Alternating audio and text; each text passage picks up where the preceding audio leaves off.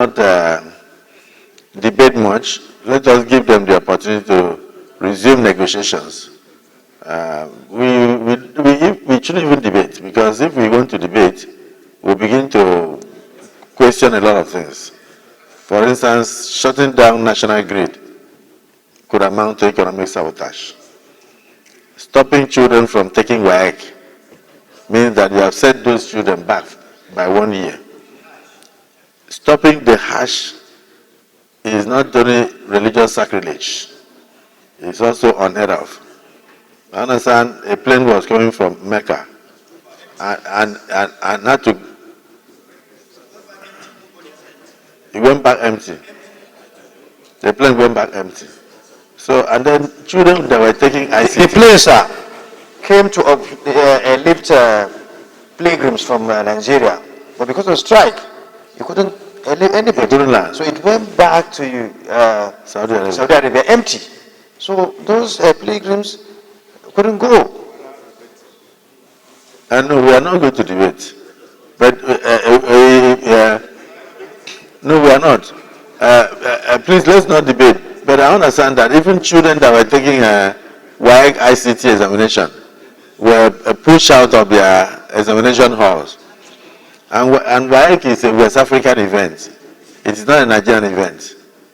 That means that those children will have to wait for another 1 year before they can go and take another WAEC exam. So there are so many things involved in what is going on. So my personal opinion would be that we thank them for agreeing to go back to the negotiation table. We urge the federal government to expedite action on negotiations in order to arrive at something that is acceptable, at least acceptable to both parties, or something that is reasonably acceptable to both parties. And then immediately thereafter, since the last minimum wage has expired, as an act of parliament, they should immediately send us an executive bill for us to commence work. It is when we are doing our work with